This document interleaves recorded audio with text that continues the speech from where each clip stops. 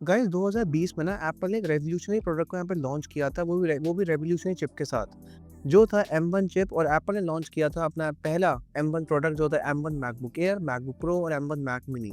और ये जब प्रोडक्ट्स यहाँ पे लॉन्च हुए थे तो एप्पल ने पूरी टेक इंडस्ट्री को यहाँ पे हिला के रख दिया था, हम सब जानते हैं। एक M1 चिप ने इंटेल के बड़े से बड़े प्रोसेसर को यहाँ पे इतने तगड़े तरीके से यहाँ पे बीट किया। इवन इंटेल भी चिंता में पड़ गया कि एप्पल ने बना क्या दिया।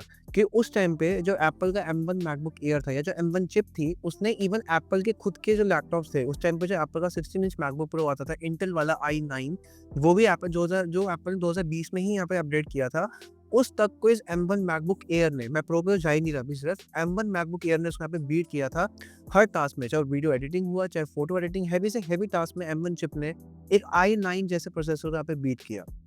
और उस टाइम पे जब ये M1 चिप लॉन्च हुई तो ऑब्वियसली पूरी टेक इंडस्ट्री टेंशन में आ गई थी, स्पेशली इंटेल है टेंशन में आ गया था कि उनका बिज़नेस यहाँ पे कैसे चलेगा। तो अब देखिए, अब 2020 से 2025 यहाँ पे आ गया है, तो क्या आज भी M1 मैकबुक एयर बेस्ट है या हमें M1 मैकबुक एयर को बाय करना चाहिए 2025 में, यहाँ पे नहीं करना चाहिए? तो आज के इस वीडियो में मैं आपके साथ में एक रिव्यू शेयर करूँगा, लॉन्ग टर्म रिव्यू, कि मेरा एक्सपीरियंस कैसा रहा इस लैपटॉप के साथ, क्या मुझे परेशानियाँ हुई या इवन क्या मुझे इसमें अच्छा दिखा है। इवन 2025 में भी अगर आप एक नया लैपटॉप बाय करना चाहते हैं एज़ अ स्टूडेंट या जो भी एज़ अ प्रोफेशनल, तो क्या आपको M1 चिप यहाँ पे कंसीडर करनी चाहिए 2025 में, या आपको आज M2, M3 या लेटेस्ट M4 में यहाँ पे जाना चाहिए? चलिए वीडियो में आगे बढ़ते हैं और इन सब चीज़ों के बारे में यहाँ पे जानते हैं। तो देखिए, अगर मैं आपसे पहले बात करूँ, सबसे पहला पॉइंट ही मैं तो उठा लेता हूँ जो यहाँ पे आता है, परफॉर्मेंस। देखिए, सबसे फ़ॉरमोस्ट मैं वही उठा लेता हूँ। देखिए, परफॉर्मेंस की अगर मैं बात करूँ आज के टाइम में, तो अगर मैं 2020 की बात करूँ, जब M1 चिप यहाँ पे लॉन्च हुई थी, तो ऑब्वियसली उस टाइम पे ये बहुत पावरफुल चिप थी। आज भी है, मैं नहीं कहूँगा कि आज भी वो नहीं है। तो आज भी अगर मैं बात करूँ M1 आफ्टर 5 इयर्स और इतने सॉफ्टवेयर अपडेट्स के बाद अगर मैं बात करूँ, तो अब M1 चिप के ऊपर इस पे यहाँ पे मैं अपने लाइव टास्क यहाँ पे कर सकते हैं, वीडियो एडिटिंग भी यहाँ पे हो जाती है, 4K एडिटिंग भी हो जाती है। पर हाँ, अगर आप इसके अंदर मल्टीपल लेयर्स में यहाँ पे एडिट करेंगे, 4K multiple layers, 2 layer, 3 layer पे, तो उसमें ये थोड़ा घबरा जाता है, क्योंकि ऑब्वियसली M1 चिप है, वो भी है फैनलेस डिज़ाइन के साथ है, कोई फैन भी नहीं है। कि उससे भी उसकी वजह से क्या होता है कि ना, कभी-कभी थ्रॉटल आपका सीपीयू मार जाता है, अगर आप हेवी से हेवी लोड में इस चिप को यहाँ पे यूज़ करते हैं। पर इवन आज भी अगर मैं अपना एक्सपीरियंस यहाँ पे शेयर करूँ, तो आप जानते हैं कि मेरे यूट्यूब चैनल पे जितनी भी वीडियोज़ यहाँ पे डलती हैं, सब 4K यहाँ पे डलती हैं। और 4K वीडियो, बड़ी से बड़ी वीडियोज़ मैंने इस छोटी सी मशीन पे एडिट करी हैं, वो भी 8 जीबी रैम के साथ मेरा लैपटॉप है। तो उस टाइम पे भी मुझे कभी भी इश्यू नहीं आया। हाँ, मुझे बीच-बीच में स्टटरिंग हो गया, लैग इश्यूज़ बहुत ज़्यादा मुझे हुए रैम, वो भी रैम की वजह से, नॉट चिप की वजह से। रैम की लिमिटेशन की वजह से मुझे यहाँ पे अगर लैग्स हैं, बहुत ज़्यादा फ़ील हुए हैं। मेरा सॉफ्टवेयर क्रैश भी कई बार हुआ है और इवन मुझे कई बार हैंग भी हुआ है। तो मैं ये नहीं कहूँगा कि मैकबुक्स हैंग नहीं होते, पर हेवी से हेवी लोड में आपकी रैम अगर कम है और आपका टास्क बहुत हेवी है, तो उस टाइम पे ना, चाहे कितनी यूनिफाइड मेमोरी हो, बट कहीं न कहीं आपका लैपटॉप हैंग मार ही जाता है। तो मुझे बहुत हेवी से हेवी लोड में प्रॉब्लम होती है अगर मैं 4K मल्टीपल लेयर्स यहाँ पे एडिट कर रहा हूँ। 8K तो बहुत दूर की बात है, 4K का मैं बात करूँ, तो 4K में अगर मैं मल्टीपल लेयर्स यहाँ पे एडिट कर रहा हूँ, तो कहीं न कहीं मुझे वो लैग्स फील होते हैं। और वो आपको भी यहाँ पे होंगे, आप एक इतना हेवी वीडियो एडिटर यहाँ पे आप है।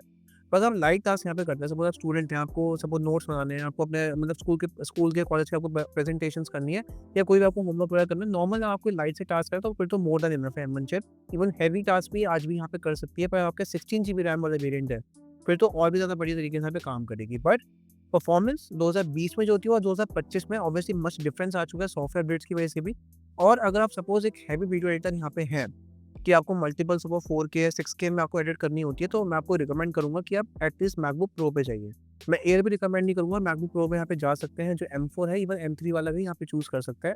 बिकॉज़ मैकबुक प्रोज़ यहाँ पे फैन के साथ आते हैं, तो अगर आप उसमें हेवी से हेवी लोड भी डालते हैं, तो वो चिप पे यहाँ पे स्ट्रेस नहीं पड़ता, आपका मैकबुक यहाँ पे थ्रॉटल भी नहीं करता और काफ़ी अच्छे तरीके से यहाँ पे परफ़ॉर्म करता है। और आप इस मैकबुक के ऊपर लाइट फ़ोटो एडिटिंग भी कर सकते हैं, लाइटरूम के अंदर, फ़ोटोशॉप के अंदर बड़े आराम से यहाँ पे चल जाते हैं, बिल्कुल सीमलेस यहाँ पे चलता है। अब तो वैसे भी जब 2020 में लॉन्च हुआ था, तो कोई भी सॉफ्टवेयर एप्पल सिलिकॉन रेडी नहीं था, तो उस टाइम पे एप्पल ने एक चीज़ यहाँ पे लॉन्च की थी, वो था रोज़ेटा। जो आपके नॉर्मल पोर्ट पे जो बने होते हैं, उसको वो एप्पल सिलिकॉन के कोड में कन्वर्ट करके यहाँ पे रन करता था। पर अब तो 2025 आ गया, 5 साल में काफ़ी सारी अब तो एप्लीकेशन एप्पल सिलिकॉन रेडी हो चुकी है, तो कोई इश्यू यहाँ पे नहीं आता। तो मैं ये नहीं कह रहा कि परफॉर्मेंस आज भी यहाँ पे कम है। मैं भी इसको फिलहाल अभी यूज़ कर रहा हूँ, करीब 3-4 साल से मैं इसको यहाँ पे यूज़ कर रहा हूँ। तो मुझे तो मतलब अभी भी कोई इतना इश्यू यहाँ पे फेस नहीं होता। कभी-कभी वो रैम की वजह से मुझे इश्यू फेस होता है। पर आज भी मैं कहूँगा परफॉर्मेंस टॉप नॉच है। इवन सॉफ्टवेयर अपडेट्स के बाद भी एप्पल इंटेलिजेंस का सपोर्ट है, सबसे बड़ी बात है। एप्पल इंटेलिजेंस आपको इस चिप के ऊपर मिल रहा है। और देखिए, जब भी एप्पल कोई चीज़ यहाँ पे बिल्ड करता है ना, जो भी फर्स्ट चीज़ होती है, वो ब्रेक थ्रू यहाँ पे होती है। तो हम चाहे कितनी भी M सीरीज़ की चिप आ जाए, M7 तक भी आ जाएगी, पर जो M1 है, वो हमेशा यहाँ पे एक यादगार रहेगी, बिकॉज़ वो एप्पल की पहली चिप थी। तो एप्पल ने इस पे मतलब बहुत इतने टाइम की रिसर्च, इनोवेशन सब एप्पल ने लगाई है, तब जाके एप्पल ने चिप बनाई थी। तो M1 चिप हमेशा यहाँ पे ब्रेक थ्रू यहाँ पे रहेगी ही रहेगी। तो मैं ये नहीं कह रहा कि फ़ास्ट है, आज भी ये 2025 में बहुत सारे इंटेल लैपटॉप्स कंपैरिज़न में बहुत ज़्यादा फ़ास्ट है। और अगर मैं आपको प्राइसिंग बताऊँ कि इस प्राइसिंग पे आपको मिलेगा, तो आप खुद सुन के यहाँ पे हैरान हो जाएँगे। तो ये चीज़ यहाँ पे आती है। बात करें था बैटरी लाइफ़ की, तो देखिए बैटरी लाइफ़ आपको इस मैकबुक पे वो डिफ़र करता है, आप कैसे इसको यूज़ कर रहे हैं। अगर आप नया-नया मैकबुक लेंगे तो ऑब्वियसली आपको काफ़ी अच्छी बैटरी लाइफ़ मिलेगी, 1 से डेढ़ दिन का बैकअप आपको बड़े आराम से मिल जाएगा। और एप्पल भी 18 घंटे की बैटरी लाइफ़ यहाँ पे क्लेम करता है। पर अगर आप सपोज़ मैं अगर यहाँ पे अपना एक्सपीरियंस शेयर करूँ, तो मैंने इस पे जब वीडियो एडिटिंग करी है ऑन बैटरी, तो ऑन बैटरी मुझे इस पे करीब फुल चार्ज पे अगर मैं 0 से 100% फुल चार्ज करूँ और ऑन बैटरी वीडियो एडिटिंग करूँ करीब 3-4 घंटे, तो मुझे मोटा-मोटा यहाँ पे 5 से 6 घंटे का बैटरी बैकअप मिला, जिसमें मैं वीडियो एडिटिंग भी कर रहा हूँ, मेरे टैब्स भी खुले हुए हैं और मतलब मल्टीपल चीज़ें चल रही हैं, तो 5 से 6 घंटे का बैटरी बैकअप मिला है। जब मैंने इस पे कोई भी हेवी टास्क नहीं किया, मैं सपोज़ मूवीज़ देख रहा हूँ या फिर अपना कोई ऑनलाइन यहाँ पे वर्क कर रहा हूँ, डिजिटल मार्केटिंग या कुछ भी यहाँ पे वर्क कर रहा हूँ, तो मुझे इसमें 10 घंटे का बैटरी बैकअप आज भी बड़े आराम से मिल जाता है। तो बैटरी का तो कोई प्रॉब्लम ही नहीं है, बिकॉज़ M1 चिप जो है वो काफ़ी बैटरी एफिशिएंट है, वो बैटरी ज़्यादा कंज़्यूम नहीं करती है और एप्पल ने अपने इवेंट में भी कहा था कि लो से लो इवन 7 वॉट्स पे भी आई थिंक ये चिप चलती है, 7 वॉट से लेकर इवन लोएस्ट वॉट पे भी ये आपको बहुत बढ़िया परफॉर्मेंस देती है। M1 चिप यहाँ पे तभी ज़्यादा पावर यूज़ करती है, उसको यहाँ पे रिक्वायरमेंट होती है और जब रिक्वायरमेंट नहीं होती है, तो लोएस्ट से लोएस्ट पावर पे भी ये चिप यहाँ पे काम कर रही होती है। बाकी मैकओएस की ऑप्टिमाइज़ेशंस भी होती हैं। तो बैटरी बैकअप का तो कोई प्रॉब्लम आपको में होने नहीं वाला है। मैं आज भी मैं सिर्फ़ इसके बैटरी बैकअप से काफ़ी ज़्यादा यहाँ पे काफ़ी सैटिस्फाइड हूँ।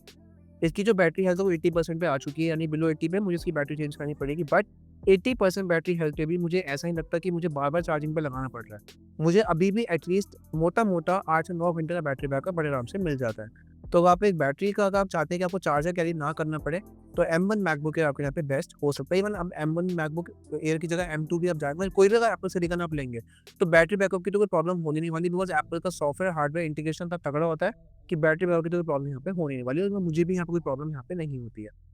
अगर हम बात करें सपोज़ यहाँ पे गेमिंग की, क्योंकि गेमिंग यहाँ पे बहुत लोगों का यहाँ पे शौक रहता है। तो देखिए जो मैकबुक्स होते हैं वो गेमिंग के यहाँ पे नहीं बने होते। एप्पल का सिंपल सा फंडा है कि एप्पल को गेमिंग की तरफ जाना ही नहीं। अब जब एप्पल सिलिकॉन यहाँ पे आया, तो एप्पल ये चीज़ बोली कि हम आईफ़ोन और आईपैड ऐप्स को यहाँ पे रन भी कर सकते हैं और एप्पल ने एप्पल आर्केड को भी लॉन्च किया कि अब आप यहाँ पे गेम्स यहाँ पे प्ले कर सकते हैं। तो ये नहीं कहा कि मैकबुक पे गेमिंग नहीं हो सकती है। अगर मैं M1 मैकबुक एयर की बात करूँ, तो आप इसमें लाइट गेमिंग कर सकते हैं। जो एप्पल आर्केड होता है, एप्पल के ऐप स्टोर जितनी भी यहाँ पे गेम्स हैं, वो सब यहाँ पे कंपैटिबल है। मैंने इसमें हेवी से हेवी गेम्स भी करके देखे हैं, जैसे आपका शैडो फाइट हो गया या रेजिडेंट एविल हो गया। मैंने बहुत सारे गेम्स यहाँ प्ले करके देखे, तो मुझे ऐसा इश्यू नहीं आता। पर अगर आप एक हाई एफपीएस आप चाहते हैं, 60 एफपीएस 90 एफपीएस पे, तो थोड़ा बहुत ही लैग उस पे करता है, या हाई डिस्प्ले सेटिंग्स में देखो लैग कर जाता है गेमिंग के अंदर, बिकॉज़ रैम वो आगे कहूँगा रैम की लिमिटेशन कहीं न कहीं यहाँ पे आती है। M1 चिप आज भी बहुत अच्छी चिप है यहाँ पे, आपको कोई भी हेवी से हेवी टास्क में काम यहाँ पे बड़े आराम से करके दे देगी। पर अगर रैम कम है, तो रैम की तो इश्यू यहाँ पे रहता ही रहता है। तो रैम का अगर हटाएँ, तो गेमिंग बड़े आराम से इस पे हो सकती है, पर वो गेम्स जो यहाँ पे एप्पल के ऐप स्टोर पर या स्टीम के ऊपर आप यहाँ पे प्ले कर सकते हैं। जैसे विंडोज़ में क्या होता है, हम जीटीए प्ले करते हैं, हेवी से हेवी गेम कोई सा भी यहाँ पे डाल सकते हैं, पर इसके अंदर हम कोई सा भी वैसा गेम यहाँ पे नहीं डाल सकते, because MacBooks are not designed for gaming. Gamers के लिए, अगर आप एक गेमर के लिए यहाँ पे चाहते हो, तो आप कोई सा भी मैकबुक यहाँ बाय मत करिए, चाहे वो इंटेल हुआ, चाहे वो एप्पल सिलिकॉन हुआ। आप विंडोज़ की तरफ ही यहाँ पे जाइए। पर अगर मैंने भी ऐसा कोई इस पे गेम्स ऐसा कभी प्ले करे नहीं है, पर नॉर्मल गेम्स यहाँ पे प्ले करता हूँ जो एप्पल के ऐप स्टोर पे मुझे मिलते हैं, तो अच्छे खासे चल जाते हैं, ऐसा कोई इश्यू यहाँ पे नहीं आता। बेसिक गेम्स के लिए मैकबुक बेस्ट है, पर आपको अगर हेवी गेमिंग करनी है, तो Windows laptop is your best choice. अब बात करते हैं यहाँ पे नेक्स्ट चीज़, जो यहाँ पे हमारी आती है डिज़ाइन और डिस्प्ले। देखिए जो M1 मैकबुक एयर जो यहाँ पे आता है, तो M1 मैकबुक एयर के अंदर जो आपको यहाँ पे देखिए, आपको यहाँ पे बेजल्स मिलती है, जो एप्पल का पुराना डिज़ाइन यहाँ पे आता था। बिकॉज़ 2020 में जब यहाँ पे एप्पल ने इस प्रोडक्ट को लॉन्च किया था, तो एप्पल ने भी उसी चैसिस के अंदर बस इंटेल की जगह M1 चिप यहाँ पे डाल दी थी, कोई डिज़ाइन में कोई फ़र्क यहाँ पे नहीं किया था। तो आपको यहाँ पे देखिए बेजल्स आपको मिलते हैं, या आपको एक 13.3 इंचेस की डिस्प्ले मिलती है, जो है यहाँ पे रेटिना डिस्प्ले यहाँ पे आपको मिलती है आईपीएस टेक्नोलॉजी के साथ। इसका मतलब जिसके व्यू एंगल से, साइड से, ऊपर से, नीचे से, वो काफ़ी यहाँ पे अच्छे मिलते हैं। कलर एक्यूरेसी काफ़ी अच्छी है, आपको वाइड गैम्बिट मिलता है, डिस्प्ले कलर P3 मिलता है, ट्रू टोन डिस्प्ले आपको मिलता है, वो सारी चीज़ें आपको मिलती हैं, जो पहले उस टाइम में मैकबुक प्रोस के अंदर आती थी, बिकॉज़ एप्पल उस टाइम मैकबुक प्रोस के अंदर भी आईपीएस एलसीडी डिस्प्ले यहाँ पे यूज़ करता था। तो आपको इसके अंदर भी आईपीएस एलसीडी डिस्प्ले मिलती है, ट्रू टोन टेक्नोलॉजी के साथ, व्हाइट कलर डिस्प्ले है, व्हाइट कलर गैमेट है, डिस्प्ले P3 है, ट्रू टोन है, बहुत सारे फीचर्स यहाँ पे आते हैं और डिस्प्ले के अंदर कोई भी इश्यू यहाँ पे नहीं होने वाला। चाहे यहाँ पे कंटेंट यहाँ पे आप वॉच करते हैं, ठीक है? चाहे आप कोई सी भी वीडियो एडिटिंग करते हैं, फोटो एडिटिंग करते हैं, तो देखिए इन दोनों चीज़ों में आपको कलर एक्यूरेसी बहुत अच्छी चाहिए होती है, because as a video editor मुझे पता है। तो आपको अगर एडिटिंग के पर्पज़ के लिए मशीन लेनी है, 2025 में भी आप यहाँ पे बड़े आराम से यहाँ पे ले सकते हैं, बिकॉज़ ये डिस्प्ले बहुत प्यारी डिस्प्ले है। बेज़ल्स को छोड़कर अगर मैं बात करूँ, तो बिकॉज़ आज के जो मैकबुक्स में एप्पल ने बेज़ल्स इतनी कम कर दिए हैं, बिकॉज़ नॉच वाला डिज़ाइन यहाँ पे एप्पल ने दे दिया है। पर अगर मैं इस डिज़ाइन की बात करूँ, तो अभी भी ना जो डिस्प्ले बहुत अच्छी है, बहुत कलर एक्यूरेट है। और अगर मैं इसकी ब्राइटनेस की यहाँ पे बात करूँ तो आपको इसके अंदर मिलती है 400 निट्स की ब्राइटनेस। तो 400 निट्स की ब्राइटनेस से भी काफ़ी अच्छा परफॉर्म कर देती है, तो आपको ब्राइटनेस की कोई इशू यहाँ पे नहीं होने वाला। तो अगर आप इसको आउटडोर में भी यहाँ पे यूज़ करते हैं, मैंने कई बार इसको आउटडोर में यूज़ भी करके देखा है, तो मुझे ऐसा कोई इशू यहाँ पे फेस नहीं हुआ है। तो आउटडोर में भी बड़े आराम से आपको डिस्प्ले सपोर्ट यहाँ पे करके दे देगी। बाकी मैं ऐसे आपको मैं डिज़ाइन के बारे में बताया, तो देखिए यहाँ पे आपको 2 यहाँ पे आपको पोर्ट्स मिलते हैं और यहाँ पे आपको एक साइड में हेडफ़ोन जैक मिलते हैं। जो पोर्ट्स हैं टाइप सी टू थंडरबोल्ट, यहाँ पे आपको 4 पोर्ट्स मिलते हैं, तो काफ़ी फ़ास्ट है। 40 जीबीपीएस तक यहाँ पे आप डेटा ट्रांसफर बड़े आराम से कर सकते हैं। बाकी जो सामने से ही आपको जो मैकबुक है वो ओल्ड डिज़ाइन वाला मिलता है और वेज शेप डिज़ाइन मिलता है। जो ये मैकबुक की जो ख़ास ख़ासियत है वो है वेज शेप डिज़ाइन, जो एप्पल का one of the most innovative design था, जो एप्पल ने 2010 में यहाँ पे लॉन्च किया था अपने मैकबुक एयर के साथ। और मुझे पर्सनली डिज़ाइन यहाँ पे बहुत ज़्यादा पसंद आता है कि यहाँ से मोटा है और यहाँ से आता है बहुत पतला यहाँ पे हो जाता है, बिल्कुल एक कॉइन जितना पतला हो जाता है। तो मुझे वेज शेप डिज़ाइन बहुत अच्छी लगती है। हो सकता है आपको ना अच्छी लगती हो, आपको लेटेस्ट डिज़ाइन यहाँ पे अच्छा लगता हो। पर आज भी जो डिज़ाइन वाइज़ अगर मैकबुक है, तो आज भी ये कहीं भी इससे पीछे नहीं है। मतलब एप्पल की डिज़ाइन लैंग्वेज इतनी अच्छी होती है कि मैं 5-6 साल बाद भी कोई बंदा उसको देखेगा ना, तो वो ये नहीं बोलेगा कि ये चीप प्रोडक्ट है। और उसकी जो पूरी बॉडी यहाँ पे एल्यूमीनियम से यहाँ पे बनी हुई है, तो आपको काफ़ी सॉलिड और एक मतलब काफ़ी हार्ड आपको फ़ील होगा। आपको ये लगेगा आपने कोई सस्ती चीज़ पकड़ी हुई है हाथ में। जब उसको यहाँ पे पकड़ेंगे, इसकी लुक इतनी प्यारी है कि जब उसको पकड़ेंगे ना हाथ में, तो आपको इतना अच्छा लगेगा कि आपको लगेगा कि हाँ, आपने कोई महँगी प्रीमियम चीज़ पकड़ रखी है। और आपको पता ही है, आप कहीं भी एप्पल का लैपटॉप लेके बैठ जाओ, हालाँकि अब लोगों की नज़र आपके लैपटॉप की तरफ यहाँ पे ज़रूर आती ही आती है, बिकॉज़ एप्पल का डिज़ाइन लैंग्वेज ही ऐसा है। लोग एप्पल बाय इसलिए करते हैं शो ऑफ के लिए, बट मैं नहीं करता शो ऑफ के, डोंट वरी। मैं काम के लिए यहाँ पे करता हूँ, बट एप्पल का जो डिज़ाइन सिंबल है वो एक शो ऑफ वाला यहाँ पे पॉइंट कहीं न कहीं आ जाता है, बिकॉज़ एप्पल का जो डिज़ाइन है, वो यहाँ पे काफ़ी सॉलिड और यहाँ पे काफ़ी स्टर्डी है। तो डिज़ाइन वाइज़ तो कोई इश्यू यहाँ पे आपको बिल्कुल भी नहीं आ रहा है, एल्यूमीनियम का यहाँ पे आपको मिलता है। अब हम बात करते हैं यहाँ पे कीबोर्ड, ट्रैक पैड और स्पीकर्स के बारे में। तो देखिए कीबोर्ड जो आपको इसके अंदर मिलता है, वो आपको मिलता है एप्पल का मैजिक कीबोर्ड आपको मिलता है, जो एप्पल 2020 में यहाँ पे अपडेट किया था। पहले एप्पल देता था बटरफ्लाई कीबोर्ड। बटरफ्लाई कीबोर्ड में बहुत यहाँ पे कंप्लेंट्स आती थी, कीबोर्ड कीज़ निकल जाती थी, डस्ट चली जाती थी। एप्पल को एक बार एप्पल ने रिपेयर प्रोग्राम भी लॉन्च किया था, जो फ्री ऑफ कॉस्ट था। वो इस वजह से किया था बिकॉज़ वर्ल्ड वाइड काफ़ी लोगों को इश्यूज़ आ रहे थे। फिर एप्पल 2020 के अंदर मैजिक कीबोर्ड में यहाँ पे एप्पल शिफ्ट हो गया। तो ये इतना प्यारा कीबोर्ड है। मतलब मैं अगर बात को देखिए, मैं कंटेंट राइटर भी हूँ, एसईओ स्पेशलिस्ट, मतलब कंटेंट राइटर भी हूँ, एसईओ भी करता हूँ और ये वीडियो एडिटिंग भी करता हूँ। तो कंटेंट राइटिंग के टाइम पे जब मैं कंटेंट लिख रहा होता हूँ, तो मुझे टाइपिंग करने में इतना मज़ा आता है इसके ऊपर कि मैंने विंडोज़ लैपटॉप भी काफ़ी सारे यूज़ करे हुए हैं, तो मुझे उसके कंपैरिज़न में ना इस पे टाइप करने में इतना मज़ा आता है कि लगता है कि बस टाइप करते रहो, करते रहो। इसकी कीज़ इतनी सॉफ्ट है, आप यहाँ पे टाइप करेंगे, आपकी फिंगर्स काफ़ी फास्ट चलती हैं। रिस्पॉन्सिव मतलब जो कीज़ है वो काफ़ी रिस्पॉन्सिव है, काफ़ी अच्छी हैं। और इसमें बिकॉज़ आपको टच बार यहाँ पे नहीं मिलता, तो आपको नॉर्मल यहाँ पे डिज़ाइन लैंग्वेज मिलती है, नॉर्मल फंक्शन कीज़ आपको मिल जाती है। यहाँ पे आपको टच आईडी मिल जाती है, यहाँ आपका पावर बटन भी है। टच आईडी की वजह से आप यहाँ पे अपने मैक को लॉक अनलॉक भी यहाँ पे कर सकते हैं, काफ़ी फ़ास्ट है। इवन आज भी टच आईडी यहाँ पे बहुत ज़्यादा फ़ास्ट है, कोई भी लैग यहाँ पे इश्यूज़ आपको फेस नहीं होंगे। बाकी अगर मैं बात करूँ स्पीकर्स की, तो यहाँ पे आपको 2 स्पीकर्स मिलते हैं, एक यहाँ पे मिलता है, आपको यहाँ पे मिलता है वूफर्स के साथ। इसमें आपको 2 स्पीकर्स मिलते हैं इंस्टेड ऑफ 6 स्पीकर। 2 स्पीकर मिलते हैं और 2 आपको यहाँ पे माइक्रोफ़ोन मिलते हैं। तो स्पीकर्स की क्वालिटी यहाँ पे काफ़ी ज़्यादा अच्छी है और मैं कहूँगा कि मतलब आज भी आपको कोई इश्यू यहाँ पे नहीं आएगा। अगर यहाँ पे मूवीज़ वॉच करना चाहते हैं, सॉन्ग्स भी यहाँ पे आप सुनना चाहते हैं, स्पीकर्स की क्वालिटी A1 है। बहुत ज़्यादा A1 क्वालिटी के स्पीकर्स यहाँ पे आपको मिल जाते हैं। बाकी अगर मैं बात करूँ यहाँ पे माइक्रोफ़ोन की, तो माइक्रोफ़ोन पे आपको स्टूडियो क्वालिटी माइक्रोफ़ोन्स यहाँ पे मिल जाते हैं, नॉर्मल माइक्रोफ़ोन्स हैं। तो आपको कोई भी इश्यू यहाँ पे नहीं आएगा फेस टाइम कॉल्स लेने में, मीटिंग्स लेने में या फिर ज़ूम कॉल लेने पे, कोई भी इश्यू यहाँ पे नहीं आएगा। ये एप्पल के लेटेस्ट फीचर भी माइक्रोफ़ोन सपोर्ट करते हैं, वॉइस आइसोलेशन हो गया, वॉइस स्पेक्ट्रम हो गया, जो एप्पल के मैकओएस में इनबिल्ट फीचर है, तो ये माइक्रोफ़ोन सपोर्ट करते हैं उन चीज़ को।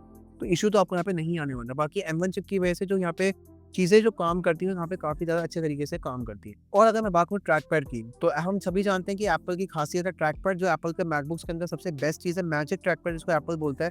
ये आपको एक पूरा आपका बटन है, आपको उसमें मल्टीपल गेस्चर मिल जाते हैं। अगर सपोज़ आप ऐसे करेंगे, आप स्लाइड यहाँ पे कर सकते हैं, आप यहाँ पे विंडोज़ में यहाँ पे स्वाइप कर सकते हैं, मतलब बहुत सारे मल्टीपल गेस्चर आपको मिल जाते हैं। काफ़ी देखिए यहाँ पे आपका लॉन्च पैड खुल जाता है, तो मतलब बहुत ज़्यादा यहाँ पे स्मूथ है। ट्रैक पैड काफ़ी ज़्यादा स्मूथ है, ग्लास का ट्रैक पैड बना हुआ है, तो विंडोज़ के कंपैरिज़न में काफ़ी ज़्यादा अच्छा ट्रैक पैड है। इवन विंडोज़ में यहाँ पे बहुत बार कॉपी करने का ट्राई कर चुके हैं, पर एप्पल जैसा ट्रैक पैड यहाँ पे नहीं बना पाया।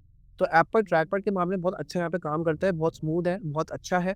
आपको इवन अगर बिना माउस के भी इसको यहाँ पे यूज़ करेंगे एडिटिंग के लिए या किसी भी पर्पज़ के लिए, बहुत अच्छा है। इवन मैं भी यहाँ पे जब एडिटिंग करता हूँ, इसी ट्रैक पैड के ऊपर करता हूँ। मैं एक्सटर्नल माउस यूज़ ही नहीं करता, बिकॉज़ उसका ट्रैक पैड इतना मज़ेदार है कि वो खेलने में यहाँ पे इतना मज़ा आ जाएगा। इसके गेस्चर्स इतने स्मूथ हैं, जब मैकबुक यहाँ पे आप यूज़ करेंगे ना, कभी एप्पल स्टोर पे आप जाएँगे तो हमारे मैकबुक को आप यूज़ करके देखिएगा, जहाँ पे डिस्प्ले में लग जाता है, उसका ट्रैक पैड देखिए कितना स्मूथ होता है। तो इसका भी ट्रैक पैड काफ़ी ज़्यादा स्मूथ है, कोई भी इश्यू यहाँ पे आपको नहीं है।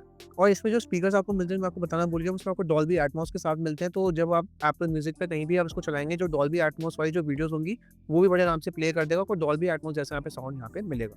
और हम यहाँ पे बात करते हैं मैकओएस और सॉफ्टवेयर के बारे में, तो देखिए इसके जो अभी फिलहाल जो रन हो रहा है, वो यहाँ पे हो रहा है मैकओएस सिक्वोया, जो एप्पल का लेटेस्ट सॉफ्टवेयर है। और जब ये लॉन्च हुआ था, ये हुआ था लॉन्च मैकओएस बिग sur के साथ। एप्पल का मैकओएस बिग sur उस टाइम पे रेवोल्यूशनरी यहाँ पे मैकओएस है, बिकॉज़ एप्पल ने नई डिज़ाइन, थीम, लैंग्वेज, फीचर्स काफ़ी सारे नए यहाँ पे दिए थे। तो जो M1 मैकबुक एयर देखिए, एप्पल की जो साइकिल होती है अपग्रेड्स की, वो 5 साल की होती है।